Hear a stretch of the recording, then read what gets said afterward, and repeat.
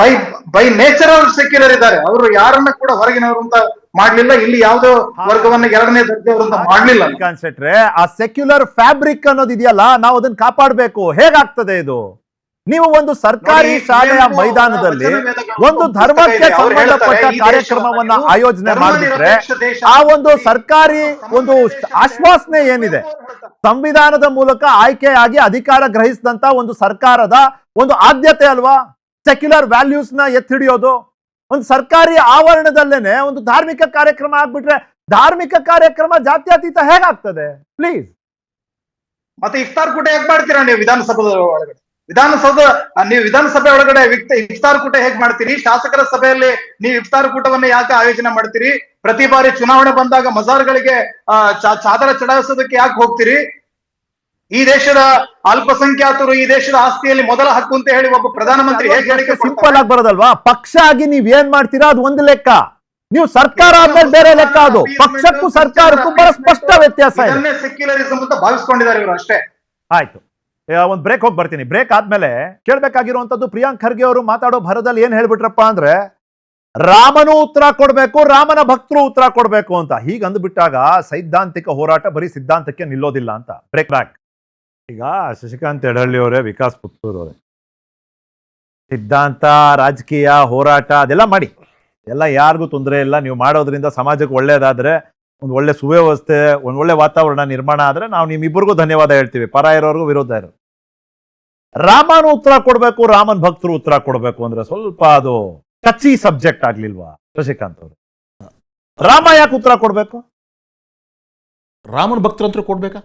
ಅದನ್ನ ನೀವು ಮಾತಾಡಿ ಅಲ್ಲ, ರಾಮನ್ ಯಾಕೆ ಸೇರಿಸ್ತೀರಿ? ನಾನು ಹೇಳ್ತಾ ಇರೋದು ಸರ್, ಕಾಂಗ್ರೆಸ್ ಆ ಪ್ರಶ್ನೆ ಕೇಳಿ, ಯಾಕಂದ್ರೆ ಅದು ಕಾಂಗ್ರೆಸ್ನವರು ಹೇಳಿದ್ದಾರೆ. ಆದ್ರೆ ನಾನು ಹೇಳ್ತಾ ಇರೋದು, ರಾಮನ ಭಕ್ತರು ಆಕಸ್ಮಿಕವಾಗಿ ಕಾನೂನನ್ನ ಮುರಿದಿದ್ರೆ, ಸಂವಿಧಾನವನ್ನು ಬಾಹಿರವಾದ ಕೆಲಸ ಮಾಡಿದ್ರೆ ಅವ್ರು ಉತ್ತರ ಕೊಡಬೇಕಾಗುತ್ತೆ. ಇವಾಗ ಅವ್ರು ಹೇಳ್ತಾ ಇದ್ರು ರಾಮನ್ ಭಕ್ತರಿಗೆ ವಿಶೇಷ ಕಾನೂನು ಏನಾರು ಅನ್ವಯ ಆಗುತ್ತಾ? ಅವರು ರಾಮನ್ ಭಕ್ತರು ಅನ್ನೋ ನನಗೆ ಗೊತ್ತಿರೋ ಹಾಗೆ 2 ತರ ರಾಮನ ಭಕ್ತರು ಇದ್ದಾರೆ ಸರ್. ಒಂದು ಹೇ ರಾಮನ ಭಕ್ತರು, ಮಹಾತ್ಮ ಗಾಂಧಿ ಅವ್ರ ಹೇ ರಾಮ ಬೇರೆ, ತುಂಬಾ ಸಾಫ್ಟ್ ಮತ್ತು ಅಹಿಂಸಾವಾದಿ. ಇನ್ನೊಬ್ಬ ಜೈರಾಮ್ ಅಂತಿದ್ದಾರೆ, ಜೈ ಶ್ರೀರಾಮನ ಭಕ್ತರು ಬೇರೆ. ಜೈ ಶ್ರೀರಾಮ್ ಅಂತ ಹೇಳದೇ ಇದ್ರೆ ಹೊಡಿತೀನಿ ಅನ್ನುವಂಥವ್ರು ಇದಾರಲ್ಲ, ಇದು ಒಂದು ಸ್ವಲ್ಪ. ಸೊ ಆದರೆ 2 ರೀತಿಯಾದಂಥ ರಾಮಂದಿರು, 2 ರೀತಿಯಾದಂಥ ಭಕ್ತಾದಿಗಳು ಇದ್ದಾರೆ.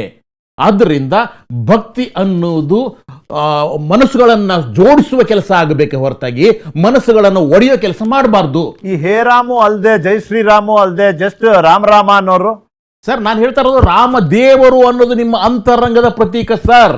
ನಾನು ಹೇಳ್ತಾ ಇರೋ ಬಹಿರಂಗ ಅಲ್ಲ ಅದು. ನಾನು ನನ್ನ ದೇವರನ್ನ ನಾನು ಒಳಗಡೆಗೆ ಇಟ್ಕೊಂಡಿರ್ತೀನಿ ಹೊರತಾಗಿ ಹೊರಗಡೆ ಇನ್ನೊಬ್ಬರ ಮೇಲೆ ಹೇರೋದಿಲ್ಲ. ನನ್ನ ನಂಬಿಕೆಯನ್ನ, 2 ನಿಮಿಷ ಸರ್, ಸಂವಿಧಾನ ನನ್ನ ನಂಬಿಕೆಯನ್ನು ಇಟ್ಕೊಳ್ಳೋಕೆ ಅವಕಾಶ ಕೊಡುತ್ತೆ ಹೊರತಾಗಿ ಮತ್ತೊಬ್ಬರ ಮೇಲೆ ಹೇರಕ್ಕೆ ಅವಕಾಶ ಕೊಡೋದಿಲ್ಲ. ಯಾವತ್ತು ಹೇರೋದಕ್ಕೆ ಬರಲ್ಲ, ಪ್ರತಿಪಾದನೆ ಮಾಡ್ಬೋದಲ್ಲ. ಆದ್ರೆ ಹೇಳ್ತಾ ಇದಾರಲ್ಲ, ಪ್ರತಿಪಾದನೆ ಅಲ್ಲ. ನೀವು ಆಕಸ್ಮಿಕವಾಗಿ ಜೈ ಶ್ರೀರಾಮ್ ಹೇಳಿದ್ರೆ ನಿಮ್ಗೆ ಮೇಲೆ ಹಲ್ಲೆ ಮಾಡ್ತೀನಿ ಅನ್ನೋರು ಇದ್ದಾರೆ ಸರ್.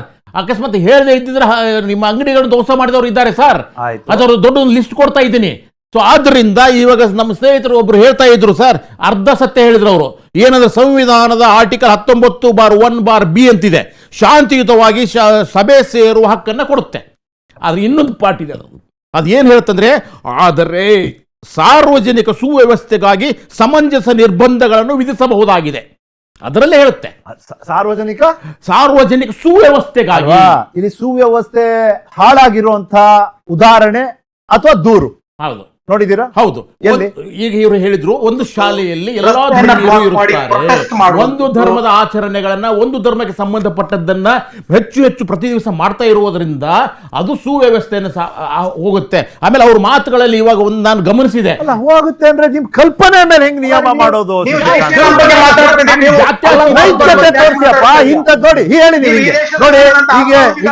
ಸರ್, ನಾನು ಹೇಳ್ತಾ ಇದ್ದೀನಿ, ಬೇಕಾದಷ್ಟು ಉದಾಹರಣೆಗಳಿದ್ದಾವೆ. ಅವ್ರ ಮಾತುಗಳಲ್ಲೇ ಗೊತ್ತಾಗುತ್ತೆ ನಿಮಗೆ. ಒಂದು ಉಲ್ಲೇಖ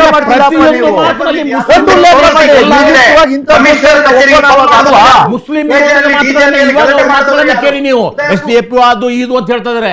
ನಾನು ಹೇಳ್ತಾ ಇರೋ ಎಲ್ಲರೂ ಒಂದಾಗನ ಅನ್ನೋದನ್ನು ಬೇಕು ಹೊರತಾಗಿ ನಿಮ್ಮ ಮೇಲೆ ಆರೋಪ ಮಾಡಿದ ತಕ್ಷಣ ಅವರು ನೋಡಿ ಅನ್ನೋದಲ್ಲ. PFI ಭಯೋತ್ಪಾದಕ ಕಾರ್ಯಕ್ರಮಗಳಲ್ಲಿ ಅಥವಾ ಕಾರ್ಯಾಚರಣೆಗಳಲ್ಲಿ ಭಾಗವಹಿಸಿದ್ದು, ರುದ್ರೇಶ್ ಮರ್ಡರ್ ಅಲ್ಲಿ 1 to 8 ಅಕ್ಯೂಸ್ಡ್ PFI ಅವರು ಇದ್ದಿದ್ದು, ಪ್ರಶಾಂತ್ ಪೂಜಾರಿ ಮರ್ಡರ್ ಅಲ್ಲಿ ಇದ್ದಿದ್ದು, ಇವೆಲ್ಲ PFI ಅವರು ಇದ್ದಿದ್ದು ನಿಮಗೆ ಗೊತ್ತಿಲ್ವೋ ಅಥವಾ ನೀವು ಒಪ್ಪೋದಿಲ್ವೋ? ಹಿಂದುತ್ವ ಸಂಘಟನೆಗಳು ಇದನ್ನ ಮಾಡಿಲ್ವಾ? ಯಾವುದು ಇವಾಗ ಹೇಳಿದಿಲ್ವ ಇವ್ರ ಲಿಸ್ಟ್?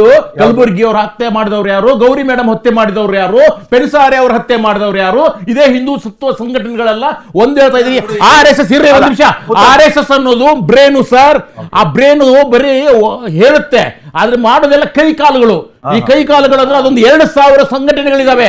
ಆ ಒಂದೊಂದು ಸಂಘಟನೆಗಳು ಒಂದೊಂದು ಕೆಲಸಗಳನ್ನು ಮಾಡ್ತಾ ಹೋಗ್ತವೆ. ಆಮೇಲೆ ಆಕಸ್ಮಿಕವಾಗಿ ಏನಾದ್ರು ಕಾನೂನಾತ್ಮಕ ಹೇಳಿದ್ರೆ ನಮ್ಗೆ ಅದಕ್ಕೆ ಸಂಬಂಧ ಇಲ್ಲ. ಅವರೇ ಬೇರೆ, ಇವರೇ ಬೇರೆ. ನಾವು ನೋಂದಣಿಯನ್ನ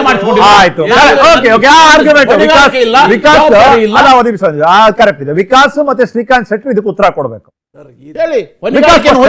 ಗೋವಿಂದ ಪನ್ಸಾರೆ, ನರೇಂದ್ರ ದಾಬೋಲ್ಕರ್, ಗೌರಿ ಲಂಕೇಶ್, ಈ ಒಂದು 3 ಹತ್ಯೆಗಳು, MM ಕಲಬುರ್ಗಿ ಅವರ ಹತ್ಯೆ, ಈ 4 ಹತ್ಯೆಗಳನ್ನು ತಗೊಂಡು ಇದನ್ನ ಹಿಂದೂ ಸಂಘಟನೆಗಳೇ ಮಾಡಿದೆ ಅನ್ನುವ ರೀತಿಯಲ್ಲಿ ಇವರೆಲ್ಲ ಮಾತಾಡ್ತಾ ಇದ್ದಾರೆ.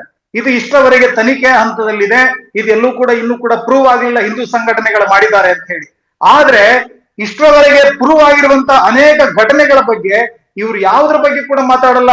ಬಾಂಬ್ ಬ್ಲಾಸ್ಟ್ ಗಳ ಬಗ್ಗೆ ಮಾತಾಡಲ್ಲ. ಸೀರೀಸ್ ಬಾಂಬ್ ಬ್ಲಾಸ್ಟ್ ಗಳಾಯ್ತು, ಮುಂಬೈ ಅಟ್ಯಾಕ್ ಆಯ್ತು, ಅದಕ್ಕೆ ಸ್ಥಳೀಯರ ನೆರವು ಯಾವ ರೀತಿಯಲ್ಲಿ ಇತ್ತು, ಯಾವ ರೀತಿಯಲ್ಲಿ ಮತಾಂಧ ಶಕ್ತಿಗಳು ಇದೆಲ್ಲವನ್ನ ಇವತ್ತಿಗೂ ಕೂಡ ಕಾರ್ಯರೂಪಕ್ಕೆ ತರ್ತಾ ಇದ್ದಾರೆ, ಇದೆಲ್ಲದರ ಬಗ್ಗೆ ಯಾಕೆ ಮಾತಾಡ್ತಾ ಇಲ್ಲ? ಸರ್, ಮಾತಾಡೋದು ಹಿಂದೂ ಭಯೋತ್ಪಾದನೆ ಇದ್ದ ಹಾಗೆ ಮುಸ್ಲಿಂ ಭಯೋತ್ಪಾದನೆ ಇದೆ.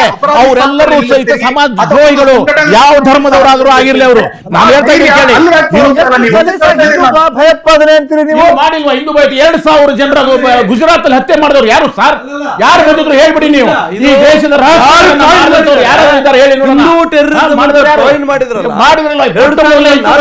ಯಾರು ಅನ್ನೋದನ್ನ ಲೆಕ್ಕ ಹೇಳಿ, ಆಯ್ತಾ? ವಿಕಾಸ್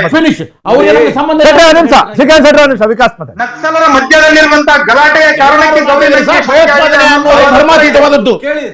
ಹೇಳಿ ವಿಕಾಸ್ ವಿಕಾಸ್ ಕೇಳಿ. ನೀವು ಮಾತಾಡಲಿಲ್ಲ ಸರ್. ಈ ದೇಶದಲ್ಲಿ ಕಾಂಗ್ರೆಸ್ ಮತ್ತು ಈ ಎಡಪಂಥೀಯ ಸಂಘಟನೆಗಳು ಯಾವುದಿದೆ, ಇವರು ಪ್ರಾರಂಭದಿಂದಲೂ ಇವ್ರ ಹತ್ರ ಸತ್ವ ಇಲ್ಲ. ಇವರನ್ನು ಜನ ಸ್ವೀಕಾರ ಮಾಡಲಿಕ್ಕೆ ಇವ್ರ ಹತ್ರ ಏನೂ ಇಲ್ಲ. ಇವರದಕ್ಕೆ ಏನು ಮಾಡ್ತಾರೆ? ಈ ದೇಶದಲ್ಲಿ ಒಂದು ಸಮುದಾಯದ ವಿರುದ್ಧ ಸಂಘ ಪರಿವಾರವನ್ನು ಎತ್ಕಟ್ಟಿ ಅದನ್ನೇ ಮಾತಾಡ್ತಾ ಬಂದಿದ್ದಾರೆ. ಕಮ್ಯುನಿಸ್ಟ್ ಪಾರ್ಟಿ ಆಗಲಿ, ಕಾಂಗ್ರೆಸ್ ಪಾರ್ಟಿ ಆಗಲಿ ಇದನ್ನು ಬಿಟ್ಟು ಏನು ಮಾಡಿದೆ ಅಂತ ನೀವು ನೋಡ್ಕೊಂಡು ಬನ್ನಿ. 70 ವರ್ಷದಿಂದ ಇವ್ರ ಹತ್ರ ಏನೂ ಇಲ್ಲ. ಜನರ ಹತ್ರ ಇವರನ್ನ ಸ್ವೀಕಾರ ಮಾಡಲ್ಲ. ಇವತ್ತಿಗೂ ಚೈನಾ ಪರವಾಗಿದ್ದಂಥವರೆಲ್ಲ ಕಮ್ಯುನಿಸ್ಟ್ ಪಾರ್ಟಿಯವರು ಇವತ್ತಿಗೂ ಇದ್ದಾರೆ. ಇದೆಲ್ಲ ಸಿಗುತ್ತೆ ನಿಮಗೆ. ಕಮ್ಯುನಿಸ್ಟ್ ಪಾರ್ಟಿಯ ಈ ಸ್ಟೂಡೆಂಟ್ ಫೆಡರೇಷನ್ ಆ ಸಂಘಟನೆಗಳೆಲ್ಲ ಹೋರಾಟ ಮಾಡಬೇಕಾದ್ರೆ ಈ ಉಮರ್ ಖಾಲಿದ್ಗಳ ಪರವಾಗಿ, ಇಂಥ ಭಯೋತ್ಪಾದಕರ ಪರವಾಗಿ ಇವರಿಗೆ ಪ್ರೀತಿ ಹುಟ್ಟುತ್ತೆ. ಸೊ ಇವತ್ತೇನಾಗಿದೆ, ಈ ರೀತಿಯ ಸಂಘ ಪರಿವಾರದ ಮೇಲೆ ಇವರು ಗೂಬೆ ಕೂರಿಸ್ಬಿಟ್ರೆ, ಅದರ ಮೇಲೆ ಹಾಕಿಬಿಟ್ರೆ ಇವರ ಅಕ್ಸೆಪ್ಟೆನ್ಸ್ ಸಮಾಜದಲ್ಲಿ ಸಿಗುತ್ತೆ ಅನ್ನುವಂಥ ಭ್ರಮೆಯಲ್ಲಿ ಇವರೆಲ್ಲರೂ ಇದ್ದಾರೆ. ಆ ರೀತಿ ವಾಸ್ತವಾಂಶ ಇಲ್ಲ. ಇನ್ನೊಂದು